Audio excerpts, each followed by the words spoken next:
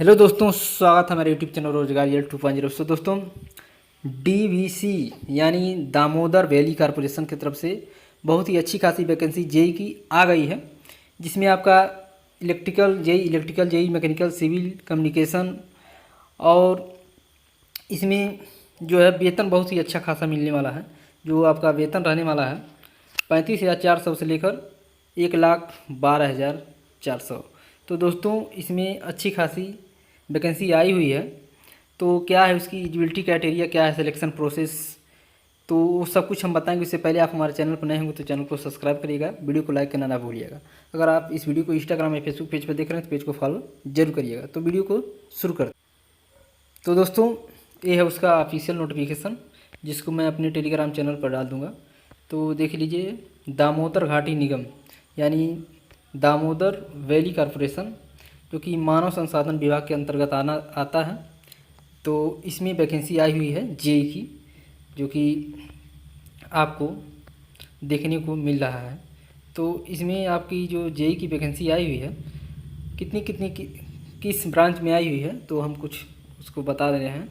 तो ये जो मैकेनिकल का है, जेई मैकेनिकल का, इसमें 16 सीट है टोटल, और यूआर की 9 है, ओबीसी की 4 है जो कि, और एससी की 2 है, और एसटी की कोई सीट नहीं है, और ईडब्ल्यूएस की 1 सीट है।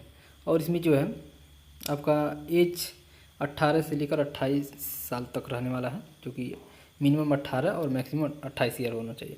वहीं सिविल इलेक्ट्रिकल में आपकी 20 सीट आई हुई है, और इसमें यूआर की 9 है, और ओबीसी की 5 है, और एससी की 3 है, एक एसटी की है, 2 ईडब्ल्यूएस की है। इसी प्रकार से आपका ई&आई जो है, इसमें आपका 2 वैकेंसी आई हुई है। इसमें यूआर की 1 वैकेंसी है और एक एसटी की है।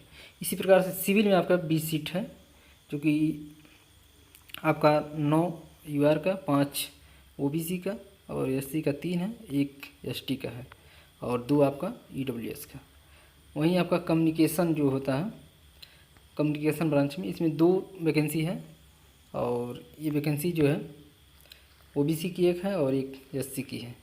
वहीं माइनिंग जो सर्वेयर होते हैं, उनकी वैकेंसी आई हुई है, 4 सीट है इसमें, 3 आपकी यूआर की है, एक ओबीसी की है। तो इस तरह से इसमें भी एज लिमिट आपका 18 से, ये माइन सर्वेयर में आपका 18 से 30 ईयर रखा गया है, इसमें 2 साल बढ़ा दिया गया है।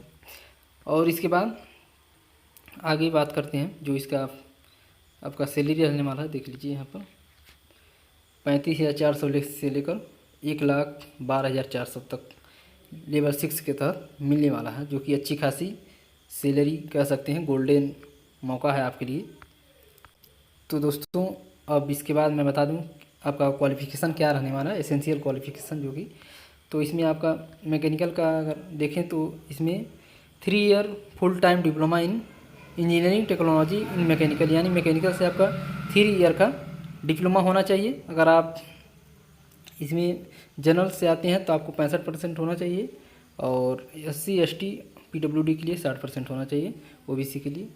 और उसके बाद इसमें जो है ये जे इलेक्ट्रिकल का जो है, इसमें भी 3 ईयर डिप्लोमा होना चाहिए इलेक्ट्रिकल इंजीनियरिंग में, और इसमें भी वही 60% और 65% मांगा गया है। और इसी प्रकार से C&I में, इसमें भी आपका 3 ईयर का diploma in technology in electronics and telecommunication instrumentation engineering from any recognise college institute, यानी आपका जो डिप्लोमा होना चाहिए या तो इलेक्ट्रॉनिक्स टेलीकम्युनिकेशन में होना चाहिए, या तो इंस्ट्रूमेंटेशन में होना चाहिए, तभी आप इस फॉर्म को भर सकते हैं। उसके बाद अगली वैकेंसी जो सिविल की है, इसमें भी 3 ईयर का डिप्लोमा आपका सिविल इंजीनियरिंग होना चाहिए, तभी आप फॉर्म भर सकते हैं। इसमें जो है, जो कम्युनिकेशन वाला है, इसमें जो है आपका डिप्लोमा होना चाहिए, ये technology in electronics and telecommunication में आपका डिप्लोमा होना चाहिए, तभी आप इस फॉर्म को भर सकते हैं। माइन सर्वेयर में आपका मेट्रिकुलेशन विथ नॉट लेस 65% कम नहीं होना चाहिए हाई स्कूल में, तभी, नहीं तो आप इस फॉर्म को नहीं भर सकते हैं। और उसमें एक सर्टिफिकेट मांगा गया है आपका सर्वेयर का सर्टिफिकेट, तभी कंपलसरी है इसमें, तभी भर सकते हैं, या डिप्लोमा इन माइनिंग में होना चाहिए तो आप भर सकते हैं। तो ये तो रहा क्वालिफ़िकेशन की। और इसमें एक चीज़ और बता दिया गया है, बहुत से लोग सोचते होंगे बीटेक वाले और एमटेक वाले कि इसमें एलिजिबल हैं, तो यहाँ पर देख लीजिए साफ बता दिया गया है, higher technical qualification like BTech या बीई एमटेक या मी विथ, मतलब अगर आप डिप्लोमा किए हैं उसके साथ तो कर सकते हैं, अगर डिप्लोमा नहीं किए हैं तो ये आपको एलिजिबल नहीं है। ये देख लीजिए साफ साफ बताया कि नॉट अलाउड। तो दोस्तों जो भी बीटेक अगर किए होंगे, डिप्लोमा किए हैं तो भर सकते हैं, नहीं तो आप उसमें से बाहर कर दिए जाएंगे। और जूनियर इंजीनियर का जो एज रिलैक्सेशन मैं बता ही दिया हूँ। और इसमें जो है आपको एज रिलैक्सेशन तो मिलेगा जिस तरह से मिलता है। और इसमें जो एज रिलैक्सेशन मिल रहा है ओबीसी के लिए 3 साल और SC ST के लिए 5 साल मिलने वाला है, और PWD के लिए 10 ईयर। तो इस तरह से आपको एज रिलैक्सेशन देखने को मिलेगा। उसके बाद आपका जो क्वालिफाइंग क्राइटेरिया रखा गया है तो वो जान लीजिए कि आपको अगर जनरल OBC EWS से आते हैं 50% टोटल मार्क का होना चाहिए, पार्ट 1 और पार्ट 2 को मिलाकर। और इसी तरह से अगर SC ST और PWD में आते हैं तो आपको 40% होना चाहिए, दोनों पार्ट मिलाकर। तो ये क्वालिफाइंग मार्क है, तो ये मिनिमम क्राइटेरिया है। उसके बाद तो जो बनता कट ऑफ तो अलग चीज़ है।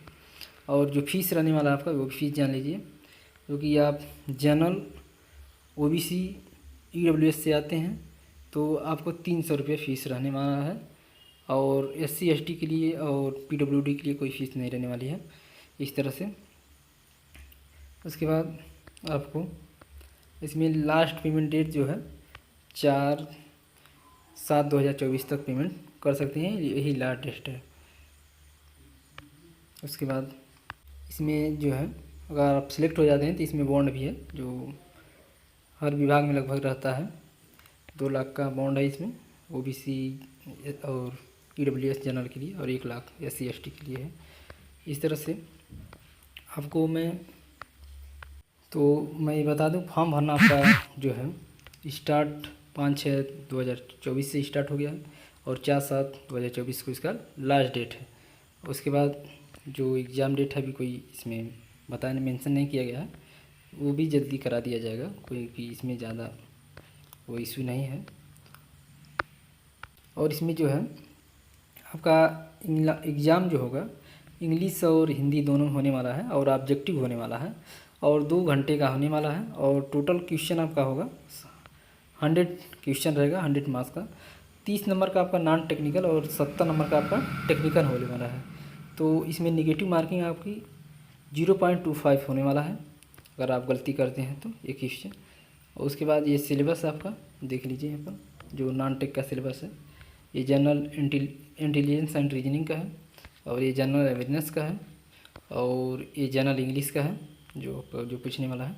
उसके बाद आपका टेक्निकल का मैं बता दूं, ये आपका मैकेनिकल का है सिलेबस पूरा, देख लीजिएगा ये मैकेनिकल का सिलेबस है। उसके बाद आगे जो है इसमें ये इलेक्ट्रिकल का सिलेबस है, यहाँ पर देख लीजिए ये इलेक्ट्रिकल का सिलेबस है। उसके बाद ये पूरा दिया हुआ है, देख लीजिए बेसिक इलेक्ट्रिकल इंजीनियरिंग दिया है, ये मशीन दिया हुआ है, ट्रांसमिशन डिस्ट्रीब्यूशन दिया हुआ है, टेस्टिंग सिस्टम दिया हुआ है। और उसके बाद आपका तीसरा आता है C&I का, इसमें भी बेसिक फंडामेंटल जो भी है, जो भी सिलेबस से बिलोंग कर रहे हो आपको समझ में आता होगा कि क्या क्या पूछेगा। ये सिविल का है। तो इस तरह से दोस्तों ये सिलेबस है पूरा सबका। तो मैं लगभग जितनी भी जानकारी थी आपको मैं प्रोवाइड कर दिया हूँ। अगर फिर भी आपको कुछ नहीं समझ में आ रहा है तो कमेंट बॉक्स में पूछ सकते हैं। तो आशा करता हूँ कि आपको समझ में आया होगा और वीडियो आपके लिए उपयोगी होगा। तो मिलते हैं अगले वीडियो में नए अपडेट के साथ, तब तक के लिए जय हिंद।